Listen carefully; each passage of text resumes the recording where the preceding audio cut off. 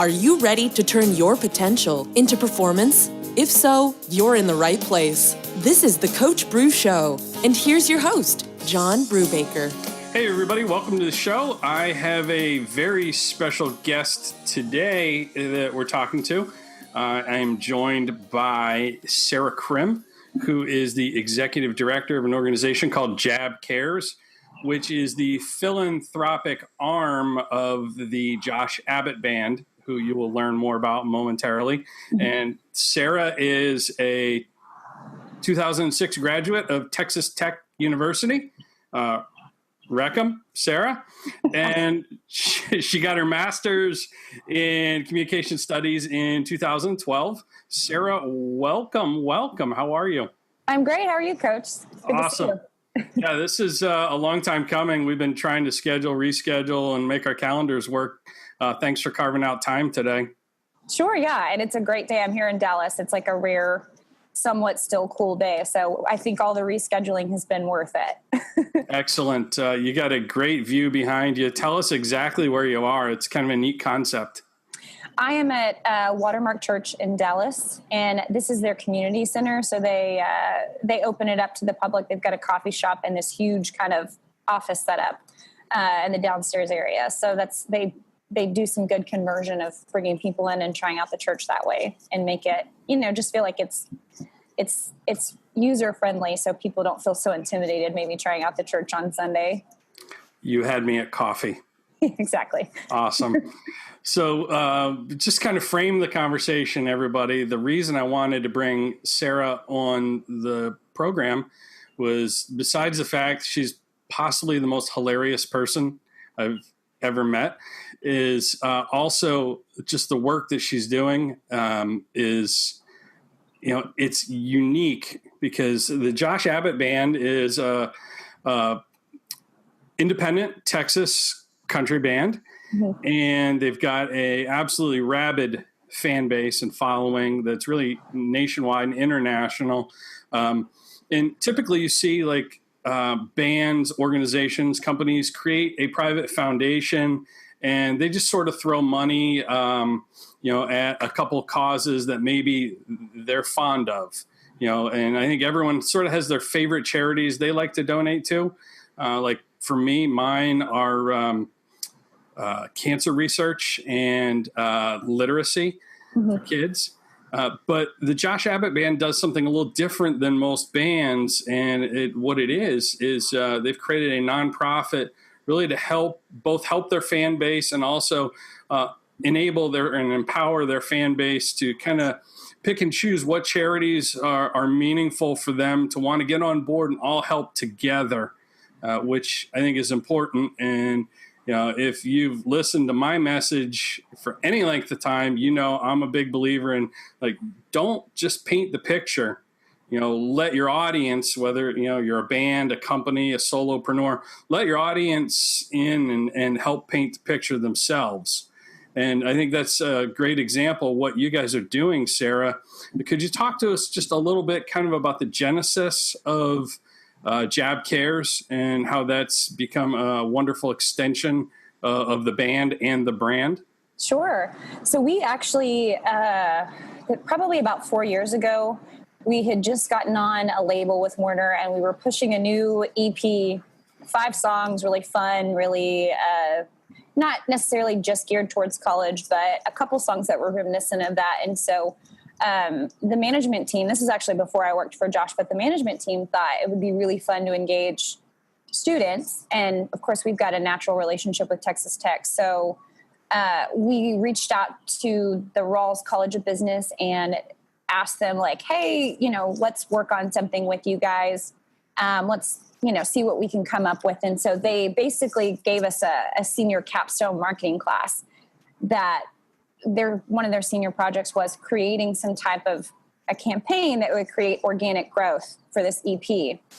And of course, they had a lot of social media content and stuff with Greek organizations. But this one group of 4 college kids came up with Jab Cares, which was basically the base model of what we do.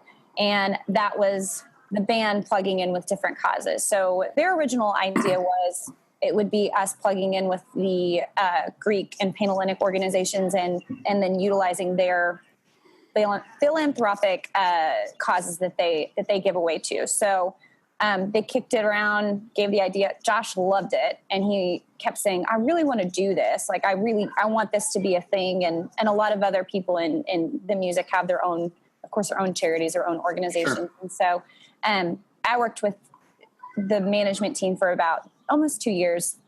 And then Josh just said, hey, it's time for us to do this. And so he politely kind of motioned me over and told me, like, you're going to do this now, and this is going to be your baby. So we started that process just roughly 2 years ago, went through all of the paperwork and the minutia that goes into getting filed with a 501c3. We went through an awesome compliance company that walked us through everything. Yeah. And everything since that has been really organic. So we set it up because we wanted it to be about our fan base and their needs.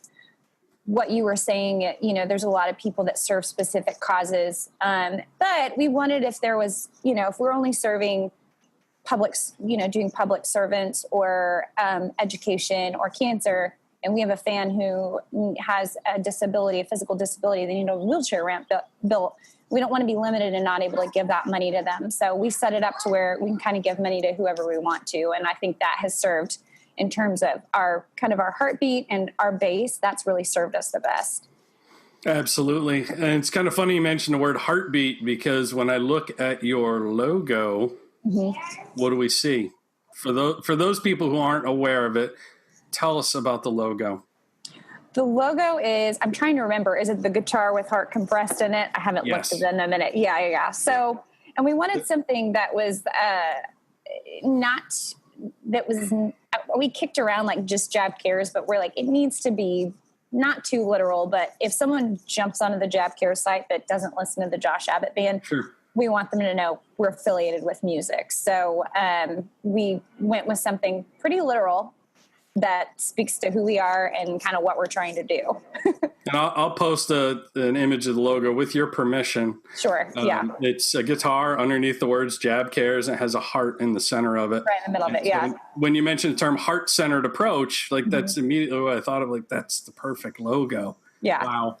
So I want to backtrack for a minute and just kind of connect the dots for everybody on how you got involved originally with Josh Abbott Band, but then also you had alluded to sort of how your role expanded with Jab Cares. Can you backtrack for us just sort of how you made the connection with Josh and the band originally?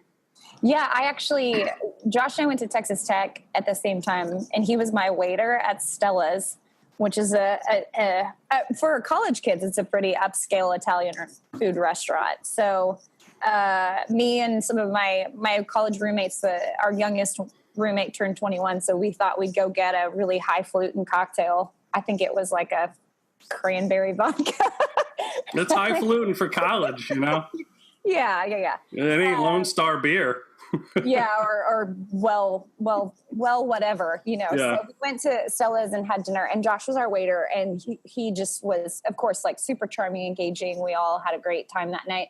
And then him and I got to be friends in undergrad. And then he actually took a year off after school to work for a political campaign and just decided it was not his bread and butter. So he decided to go back to grad school. And that was exactly when I graduated, and we ended up in the same program together. So we taught together for about 2 years. We were TAs. We did a lot of speeches. And since we were communications majors, we all talked about our beliefs, feelings, and thoughts a lot. So you get to know each other pretty well. So that's exactly when he started playing at Blue Light too. So that's cool. Right when his career got kicked off. And we just kept in touch since then. And he called me one day and said, "You're going to come work for me." And I thought he was joking, but I've been with him for 3.5 years. So what was your first role there? I was the day-to-day manager. So I worked directly on the management team, which you handle, just like it says, you handle the day-to-day, all the little details that come from the calendar, booking, merch, all that kind of the finance stuff that keeps them, keeps them going on just a smaller, more minuscule level. Sure. What I find really interesting about sort of where you started in your role with the band and your transition to where you are now is in your role, the day-to-day operations, the merch, all your different touch points with the band that really allowed you right away to get a real finger on the pulse of your customer audience, like what the typical Josh Abbott Band audience member looks like, walks like, talks like, where they like to hang out, what else they listen to, just sort of the like demographics, psychographics, if you will. And I think that probably prepared you very well for what you're doing right now. Could you elaborate on that a little bit? Yeah. How those two intersections have really helped one another? Yeah. Well, I think I'm a target demo. I'm a tech grad. I'm 3 years to the day younger than Josh. So we do have the same birth date, but I'm 3 years younger than him. So 3 years younger. A lot of the vernacular he uses, the things he writes about are biographical for me. So, Sure. And he writes, he's a man, so he writes a lot of songs for and about women. So I'm a target demo. So, and I always loved his music and I listened to it. And then when I began working for the band, I was ingesting our social interactions every day. So I had to keep up with Josh's Twitter, look on, how that was trending, keep up with our Facebook, keep up with our Instagram. And so in a way, I did get to know the personality, but outside of mine as the demographic and got to know our fan base a little bit better. Sure. And I think people are very, they're very open and honest on social media, maybe sometimes to a fault, but you really do kind of see common themes, common interest, and the different things that we've done that kind of tugged on their hearts that have resonated. We did the She Will Be Free video. That was before I worked for the guys, but we did a music video, and Josh had just started learning a little bit about human trafficking and was really, really impacted by it and thought this is a good medium to open that conversation. And it really, really resonated with a lot of people because not that it was everyone's first introduction into, I guess, the whole concept of human trafficking, but for some it was, I'm sure. Well, I think we put statistics and put specific information on there that was connected to the United States and within things going in our backyard. And I think people had watched Taken or movies like Traffic and thought like, oh, it's happening to Americans outside of the country. And so for us to read the statistics and then to, kind of parlay that onto our fan base. And it really did. They reacted the same way we did. Yeah. So I think a lot of it in terms of messaging and in terms of what affects or impacts are things that we feel are important. And then they also resonate with our fan base. It's the same way that our music transitions to them, Absolutely. Now, I think it's interesting. You look at corporate citizenship with different organizations and how they get involved in their own backyard. I'm a big fan of small business. I'm a solopreneur. I'm an author, speaker. So I like the mom and pop shops. It's where I like to hang out. But one organization that's a big kind of, quote, corporate entity that I think does a really nice job with it is Starbucks. They're global, but they act locally. And their individual stores are empowered to get involved with causes in the community, sponsor events, actually go out and give their employees release time to go out and get their hands dirty and pick up trash on the road, adopt a highway, whatever it is. And I think when you're able to do that and you're able to get involved in your community, that it deepens the relationship with your customers. And, I know that my local Starbucks has actually sponsored fundraising events that I've conducted. So that's kind of why I share that example. But I'd love to hear from you how Jab Cares and creating this charitable arm of the brand has deepened your relationship with existing fans, and just maybe a success story or two. Tug at my heartstrings, and everyone who's listening, please. I think for me, I think the thing that I've most been proud of is we have people that have become fans of the Josh Abbott Band, maybe that don't listen to country music, but now they respect and they support the band just because of we've helped their organization. Sure. We worked with this amazing man. Ben Rogers is he's a local sports DJ, or is it sports broadcaster? A talk show host, or there it is. Yeah. Yeah. So he had an organization. He worked with an organization in his community called Win the Day, and this really awesome man, Bruce, started Win the Day for kids in his area, just building confidence through athletics. And he actually was diagnosed with cancer. So we came in and helped do this benefit for Bruce and helped them we allowed them to use our 501c3 and gave the donations back 100%. But we saw a lot of support come in through that community just for us giving that small show of support to Bruce and his cause. And created this awesome relationship with this community.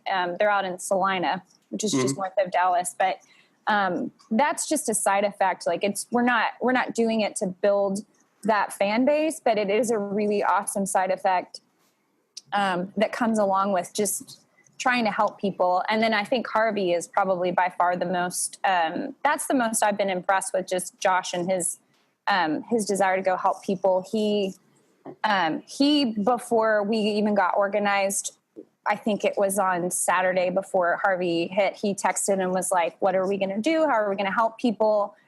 Can I go down? What can I do? And my mom's boyfriend actually works with the National Guard. So he was actually down outside of Rockport and was like, we're not going to know until it hits. And then we won't know where the eye hits. And, there's all these factors. And so I told Josh, hey, these men that are working the disaster relief, they've been eating, is it MRE? MREs, yeah. Yeah. They've been eating MREs they were already on their 4th or 5th day. And that's all they have for the whole time they're down there. Are these, and they're not even, not that there's good MREs. These were like old. So, Josh and his guys at Max were like, let's go feed these guys and take care of them and figure out a way to get down there. And I was like, no, you need to coordinate with somebody. It's a federal disaster zone. And Josh was on the phone. He made every connection he could with kind of on the state level, talking to people that were with the Texas Rangers, and was like, I can get in, I'll find a way. Like, we're going down there. So, that was just on his own volition. He just wanted to help people. What's pretty amazing about that, beyond the generosity, is I don't think the average Joe, average Jane has any idea the tour schedule of a musician, much less a country band, who it seems like country artists are like perpetually on tour. They tour year round. Yeah. And to be able to carve out time like that, that speaks volumes. Yeah, so Texas country tours pretty much every weekend. Yeah. It's when you're on a large national act, you go and you do 2 months straight through, and you go all around the country. We road dog like every weekend, and we get a good amount off to spend time with family and stuff. Probably at least anywhere from like 6 weeks or so, 6 weekends off, essentially. It influxes depending on the year or whatever. But that was a Saturday. They were on the road Friday and Saturday, and then Josh was driving down there, I think on Sunday afternoon or Sunday evening, because it had hit by Sunday, and then they had to coordinate and go down early that week. So he slept in his car for 2 or 3 nights, and then came back up. And he loves to sleep in his car. It's the weirdest thing. I mean, he loves a nice hotel, but he's like, I'll just sleep in my truck. And I was like, it's dangerous. And that's another thing about working in a zone like that. And we've learned, even from trying to give money to it, it's a federal disaster zone, and there's a lot of violence. It's people can loot depending on if it's not been contained properly. So it's a scary place to be. Yeah. But people absolutely need boots on the ground there. So, we were happy to be able to do that. You had mentioned, touring, the band being a Texas band, the travel schedule is more significant. And one of the things you see with touring is you see a lot of merch sales. And I sort of okay, some people collect different things, and people are aficionados of different things. Yeah. I like two things. I like cowboy boots and T-shirts. And so we're going to talk about cowboy boots and T-shirts, Sarah. Okay, the first thing I wanted to ask you about was like just the merch side of things, because I know you did a T-shirt fundraiser for Harvey, or was it for Dallas, or both? I've done both. Yeah. Okay. So like, I love T-shirts, and, typically bands sell merch to sell merch, and that's a profit center, a revenue stream, for a lot of brands. But you guys actually do it for philanthropic purposes too. Can you talk to us a little bit about kind of the genesis of that, and what that has done from an awareness standpoint? Because it's literally people buy a shirt and they're a walking billboard for a cause that they're passionate about. I mean, you pretty much cover all the bases on that. So there's a lot of really great organizations that we haven't exactly stylized identical to what they do, but we have seen other organizations that do really well, and they bring branding and awareness and income through that. And so I knew, based off of just my time working in merch, and I love merch. I love designing it. I love slinging it. I would still go on the road and sell it. Yeah. Like if our merch guy had a weekend off, they could call on me to go do it this weekend. I don't know why. I just love it. And that's another great way to engage with our fan base. Honestly, if you want to meet your fan base, like the merch table is prime. So, it's a great revenue stream, and it's a direct revenue stream, and it is easy marketing, and it is easy. It's a low overhead. A shirt can cost us anywhere from $5 to like $11 is like top of the line. And then we have that full margin to kind of play around with. And then of course, we use it again to brand something for Jab Cares. And so it's fun to also work with other brands and I've worked with like Tumbleweed Textiles. We built that Dallas Love shirt, and then we get some cross promotion for them as well. So, I think cross promoting with merch is a great thing for you to do as well. And there have been a lot of companies we've gotten where we've done like mini collaborations with them. Awesome. And we do, that allows them some of our audience share, and we get, some of their audience share. And it's great for the entrepreneur who maybe has a smaller audience. You can cross promote and literally kind of borrow someone else's audience temporarily to grow your own, and vice versa. And I think a lot of people are kind of leaving that opportunity. I don't mean leaving it on the table from a revenue standpoint, just from a visibility and a promotional standpoint. They're not leveraging that enough. So that's a great lesson for people. Thank you, Sarah. So let's talk about cowboy boots. Yes. You're doing a very cool promotion with a boot company and Jab Cares. I am partial to Anderson Bean cowboy boot. Those are my people. Yeah. Ryan Vaughn and the good folks there. But tell me about this cool promotion that you guys are doing and how that kind of came to be. Yeah. So Black Star Boots, I do outside consulting with a couple of different companies. And so one of my best friends from college, he took on Black Star's branding, and they were just they were asking me questions about connecting with who would normally be our fan base for Jab Cares. And so we kind of kicked it around, and the girl down in Texas thing, management actually approached me and said that was their idea, where they said, we want to work with philanthropies and sororities. Yeah. And we want to create some sort of, engagement with them and use that relationship and, of course, push the single, but it's an easy, fun way to engage people and to get access to their socials and to get a little bit more presence with that. And so we had to have the right fit from a brand perspective. And Black Star, I was working with them. I'm one of their ambassadors. So we just got started in the ambassador program. So I got to try the boots on and look at the styles and stuff. And they really are like, I'm not just selling it because it's a podcast. I have worn boots my entire life. They're the most they're the most comfortable pair I've ever had. So, and a good pair of boots, just so if you're listening and you don't own boots, you should. Yeah. A good pair of boots are more comfortable than, like, picture your most comfortable sneakers.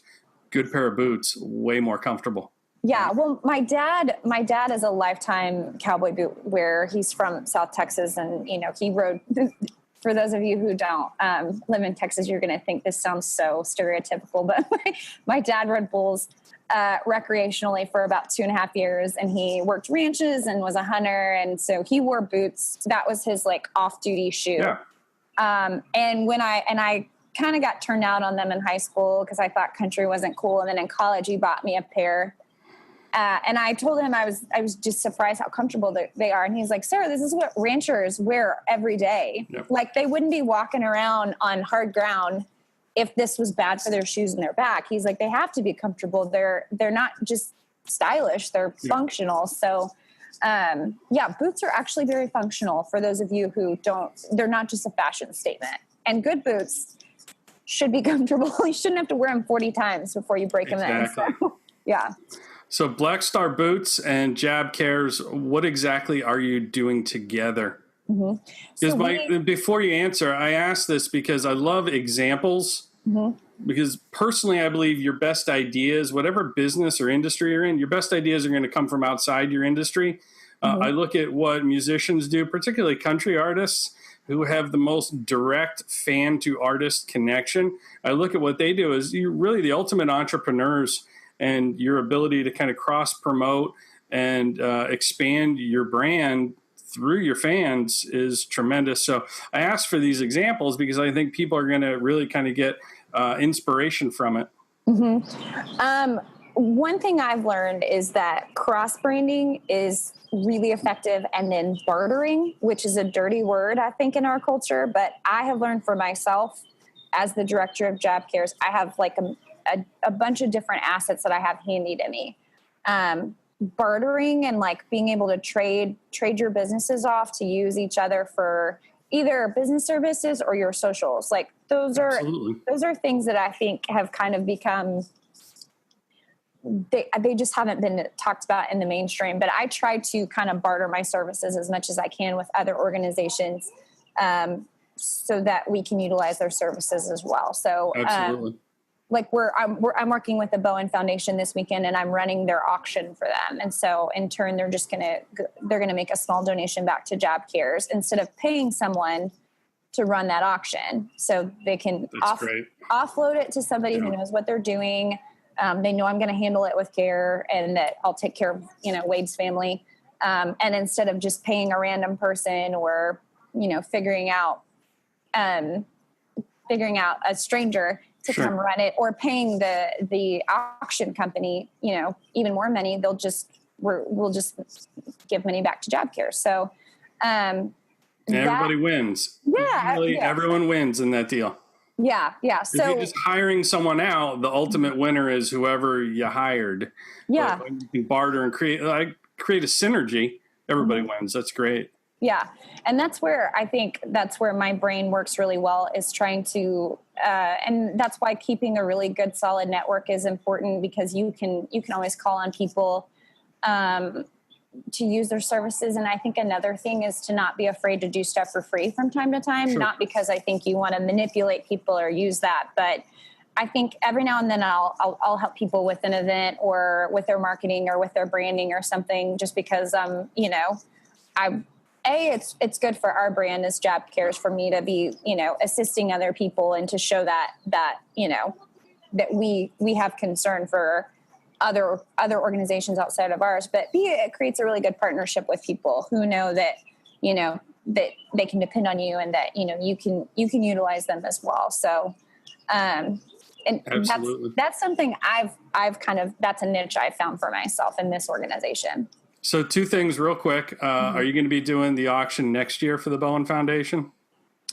I might. I'm not sure. We have ours as well. Either way, for both of you, I'd like to contribute something, in terms of an auction item. So let's talk offline afterwards about that. Yeah. And I want to hear more about this Black Star cross promotion, how you executed that.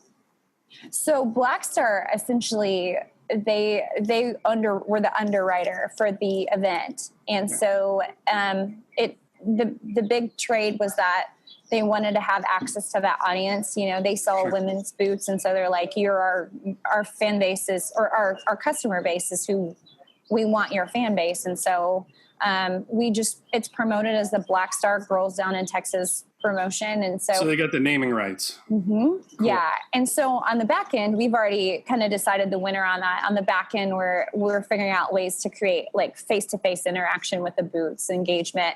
Because boots are actually a little hard to sell online, especially on a new product or a new brand. It's hard to make that conversion because you're like, they look stylish, they feel comfortable, but there are things that you have to see and touch and try in person. So now the next step is like, okay, well, how do we get these girls physically in front of these boots and figure that out? So the winner of our contest, we did private concerts in their sorority houses, and then they got a donation back to their philanthropy through their sorority.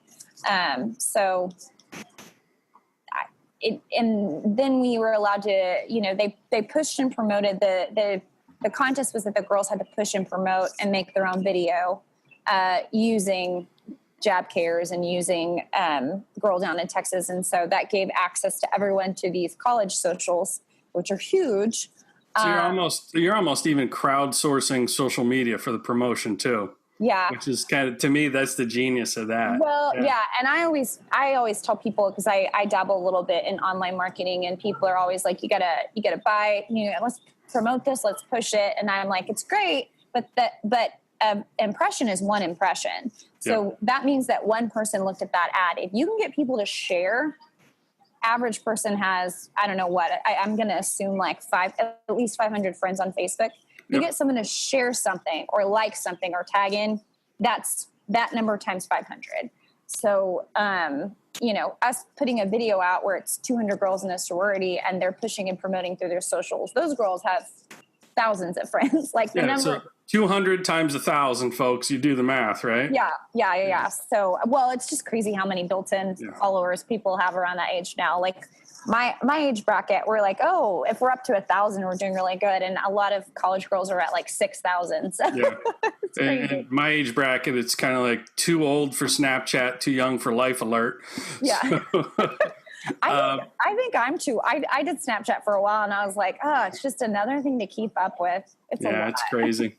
But it's just so much and it's so fragmented. So you're smart to be able to kind of, you know, deploy large numbers and crowdsource that. Folks, if you weren't paying close, you should have gotten 3 ideas in the last 5 minutes. If you weren't paying close enough attention, write this down now. Number 1, cross promotions. Number 2, barter. And number 3, create a contest. People love contests. People love the opportunity to win, share, you know, whether it's swag or access, you know, to an organization or event. You know, people love contests. You know, gamification is at the core of social media today. And, you know, you all ought to be harnessing those 3 things for your brand. And you can thank Sarah for those ideas right now. So, Sarah, tell me a little bit about just sort of how, I think it's important, you know, for people to understand that, you know, with Jab Cares, this is all being done organically. And I think oftentimes, you know, when people think of charities and think of the quote, you know, air quotes, 501c3, they think of these big kind of corporate entities, and this is really the furthest thing from it. And you're not funneling money to, you know, some large corporate charities. Talk about just sort of the organic, altruistic nature of exactly what you guys are doing. So I think our biggest thing is, and we talked about this offline, but our biggest thing is when I started doing the research and building, whether we were going to be public charity, private foundation, we looked at what percentage goes back, or the minimum percentage that goes back to the recipients and the causes. And for a private foundation, you only have to contribute 5% of your take-in, which is absurd. Like that means you can just keep and spend 95%. Like 95% of your nonprofit you can profit off of. I think that's why people, there's kind of inherent distrust by consumers with anything. But when you think of charities, when 95% can be capped, that really doesn't engender a whole lot of trust. Yeah. And a public charity, a larger one, that you guys are probably more familiar with, and, I won't splice anyone by throwing their name out there. Sure. Public charities have a little bit of a higher percentage, but it's still nowhere near, like, you would think that it's 50% minimum that needs to go back to the cause, and it's nowhere near that. It's double digits, but it's the low double digits. And that was something someone I know who's really big into finances approached me, and he was like, "Oh, no, you only have to give back this 12.5 or 15%. I can't remember." And I haven't. So if anyone's going to fact check that, I haven't fact checked that in a while, but he was like, it's a really small range. So you see a lot of these organizations and endowments that are affiliated with families or with businesses, and you're like, oh, they give away all this money. And some of them do. Some of them genuinely give that money back to specific causes. They build research institutions, and they do give a huge percentage of that money. But other places, they keep a lot of it, or they use it for large overhead. They use it for marketing. They use it for promotion. And they kind of throw a small percentage back. Sure. So we in no way want to be making money off of our nonprofit. That's not in all the priority. It's not what we do. So, there's a full band setup that runs very well, and they are, thriving and making a living, and everybody can eat at night, and Sure. there's electricity and cars in the driveway and all kinds of stuff. So, there's no drive to be making profit off of our nonprofit. And so we would love to be in the smallest potential margin of overhead expenses and be giving away, instead of taking 5%, giving away 5%, we'd love to be subsiding off of 5% in overhead. Sure. We have to build a good donor base outside of just the band and outside of just, ticket sales or merch. And so that's where our next steps are, is figuring out different streams of revenue for us, just outside of directly coming in from the band. But we would love to be operating at the smallest amount of expenses possible, so we can just keep giving money. And we would like to be giving money directly to people instead of causes, because we've given to certain large organizations and we have no idea where that money ends up. Yeah, it's kind of interesting the way you've done what you've done. It sort of has it seems to me, a two-pronged approach. Number one is you're able to help people who have immediate pressing needs and need the help. Mm-hmm. And number two, you had mentioned it a little earlier in the interview, is that there are some causes that aren't able to create their own 501c3 because A, that costs money. B, it's time consuming and complicated. C, I'm doing the guns up sign for Texas Tech with my hand right now. I just realized. Nice. So there you go. But C is I think it's costly, time consuming, and some people just don't have the resources. So you're actually able to raise money. They can raise money through Jab Cares, and you funnel 100% of that back. How often has that happened? We did 3 to 4 pretty big ones last year. And you're actually able to, like, from a nonprofit, and I check this with my compliance person. So if someone out there is saying this is unethical, you can hold a percentage back if you are allowing your 501c3 as a silo. Now, I don't feel comfortable doing that unless I'm actually planning an event with them and helping them, like, with the fundraising and bringing donor money in and kind of forecasting the event, just because I'm not comfortable with it. Now there's a lot of work involved with it. And so I would not say that's a business model. Like, you couldn't build a nonprofit off of that, because the issuing on tax receipts is a nightmare. So if you're working with an event that's going to be bringing in $100,000, you're going to be issuing $100,000 on tax receipts, and that is a lot of work. So what's nice about that, Sarah, though, is, like, so let's say someone doesn't have a nonprofit and they want to create a GoFundMe or some other sort of crowdfunding initiative for their charitable cause or need. That like in the case of GoFundMe, that online kind of pass through, they're going to take a pound of flesh, so to speak. They're going to take what, 10, 15%, some cases more. Yeah. And, for a smaller kind of charitable, charity drive, that's a big chunk for people. Mm-hmm. So you're enabling them to not lose out on potential money.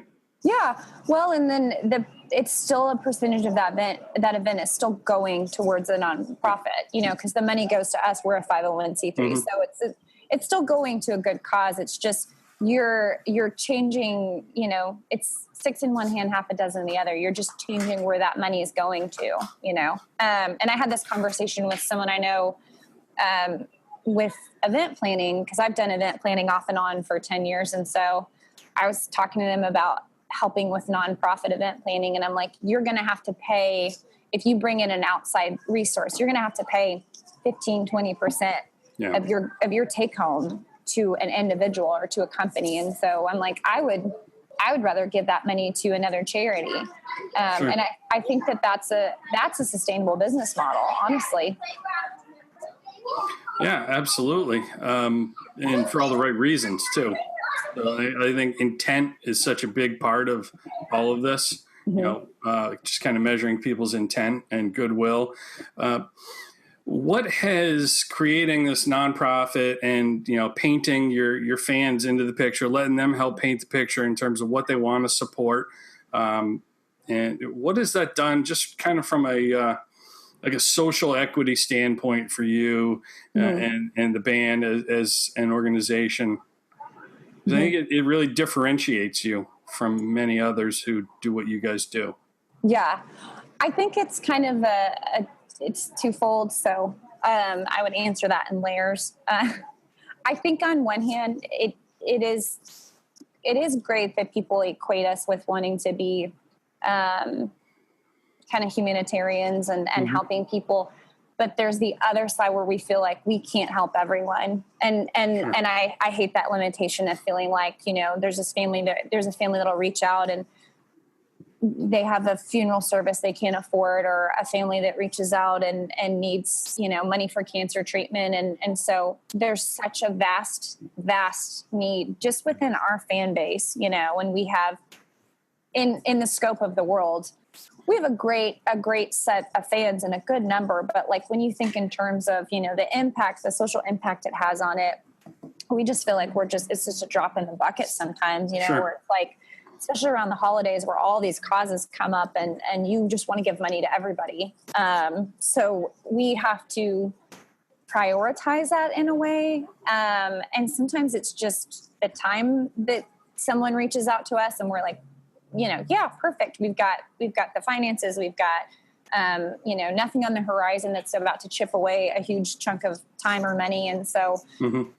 We're not allocating this to a certain amount or a certain cause. And so we can give you blank amount of money and that'll cover your need, versus like sometimes there's a GoFundMe and I'm like, I can only throw in $200 for this, So, you kind of have to allow yourself to take little wins where you can and not get so overwhelmed with feeling like you're not changing the entire world sure. every day.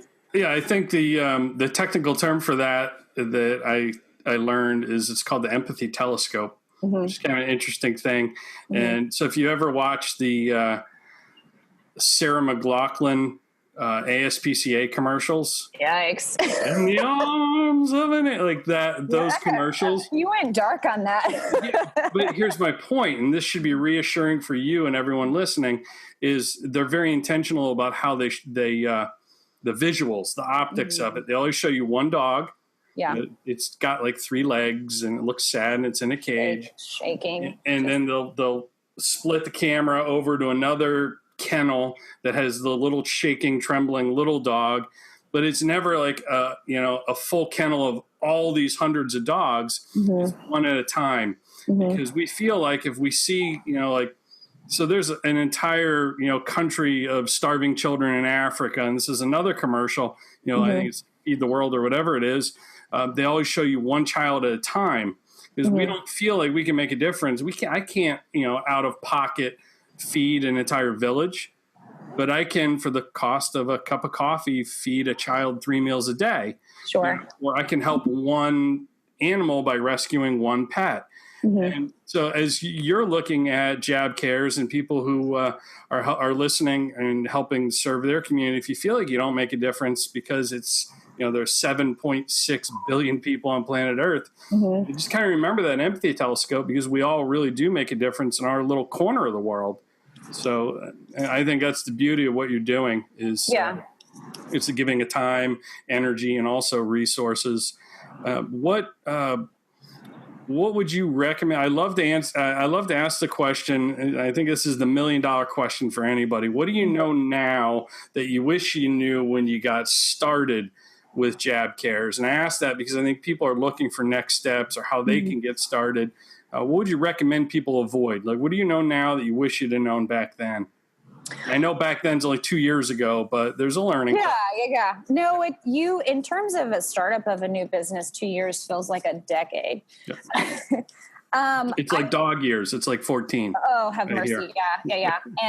And especially with something like this, that's kind of an uncharted water. And grew from no framework of like our previous business model. But I actually had this conversation with someone I knew who's running a completely different business model. But I told her, your first year is probably going to be your hardest year of business in anything you do.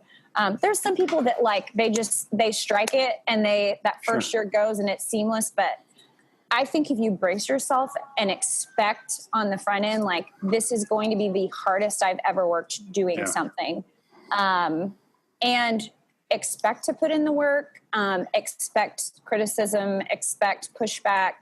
And if your vision you feel like is more important than any of that negative pushback you're feeling or resistance, then you have to do it. You just have to go for it.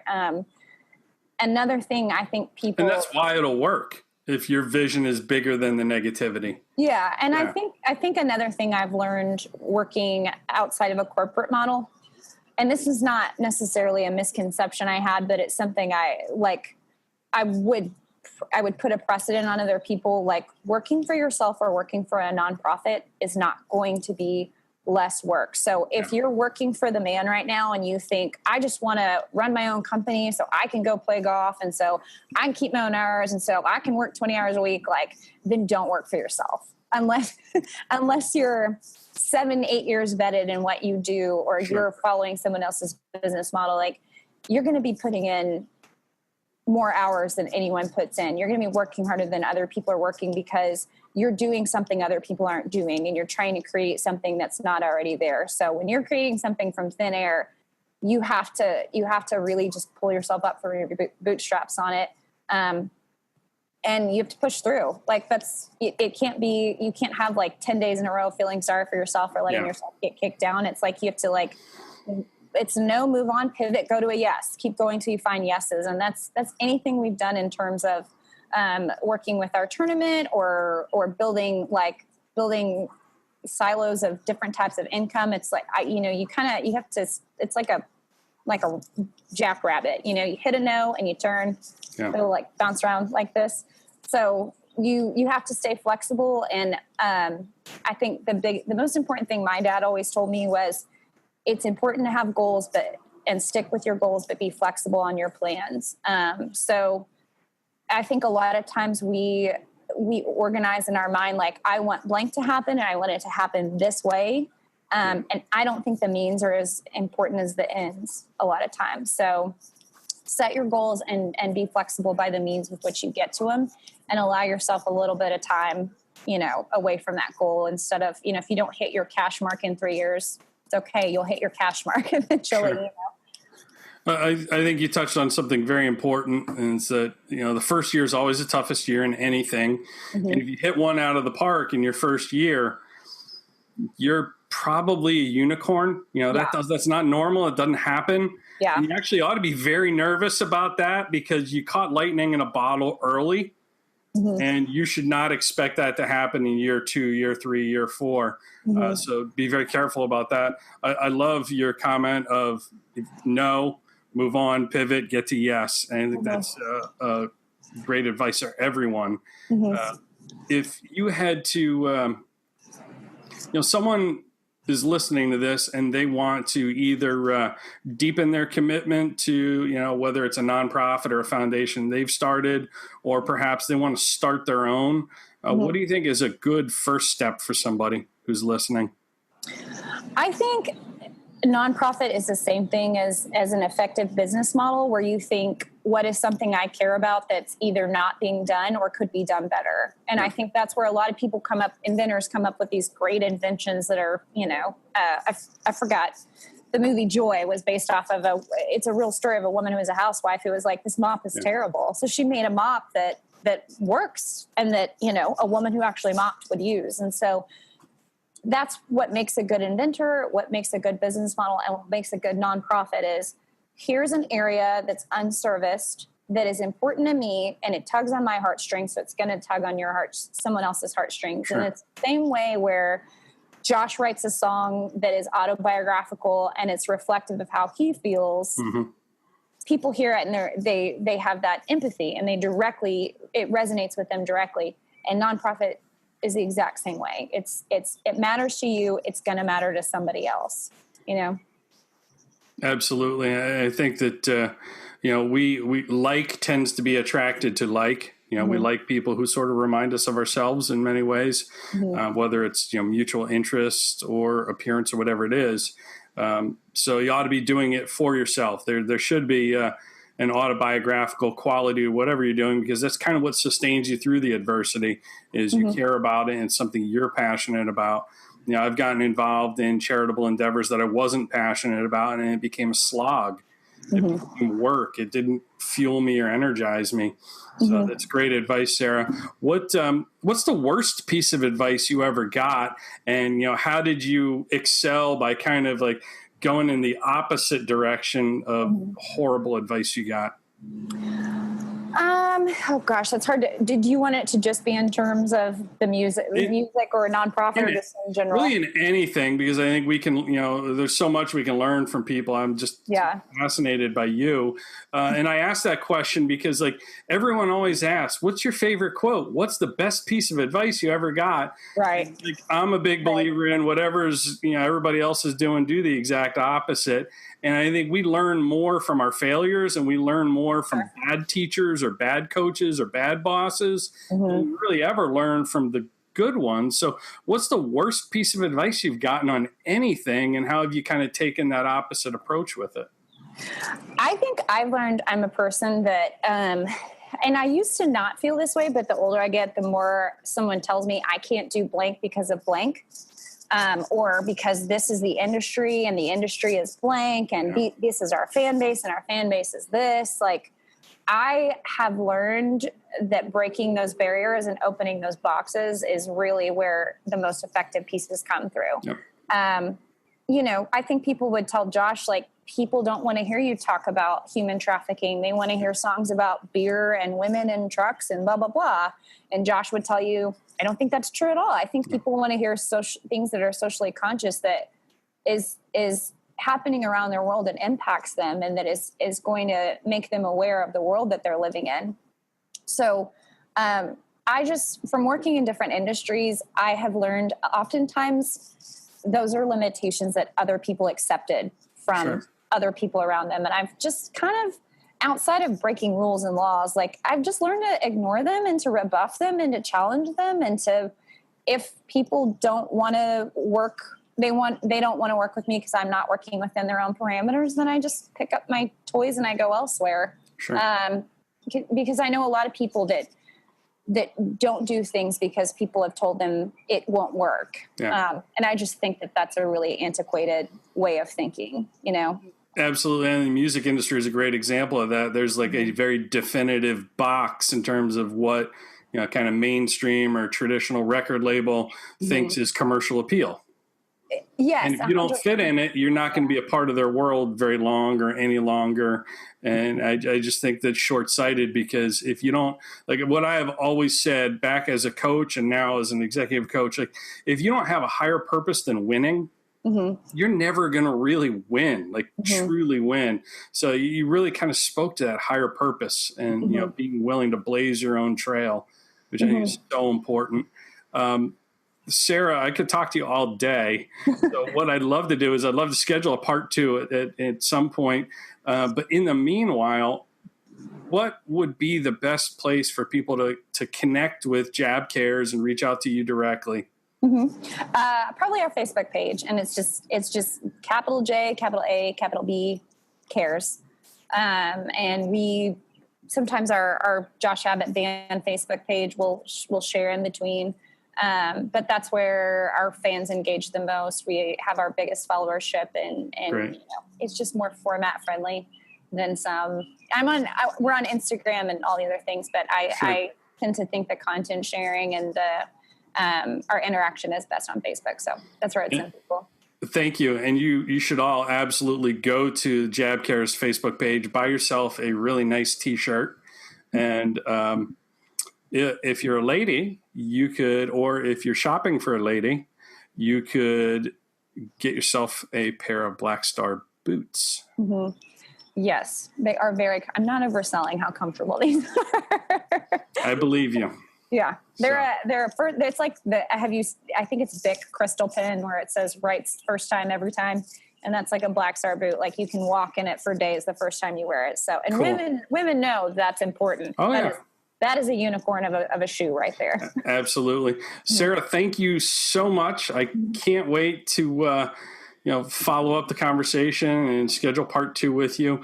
And again, I really appreciate your time. I know this was a while in the works, and it's really been great chatting with you. Yeah, you too. Yeah, I look forward to talking to you again soon. So thank you. Thanks for listening to the Coach Bru Show. If you're not currently subscribed to the podcast, sign up now on iTunes, Google Play, or Stitcher. And for more information to turn your potential into performance, head on over to coachbru.com now.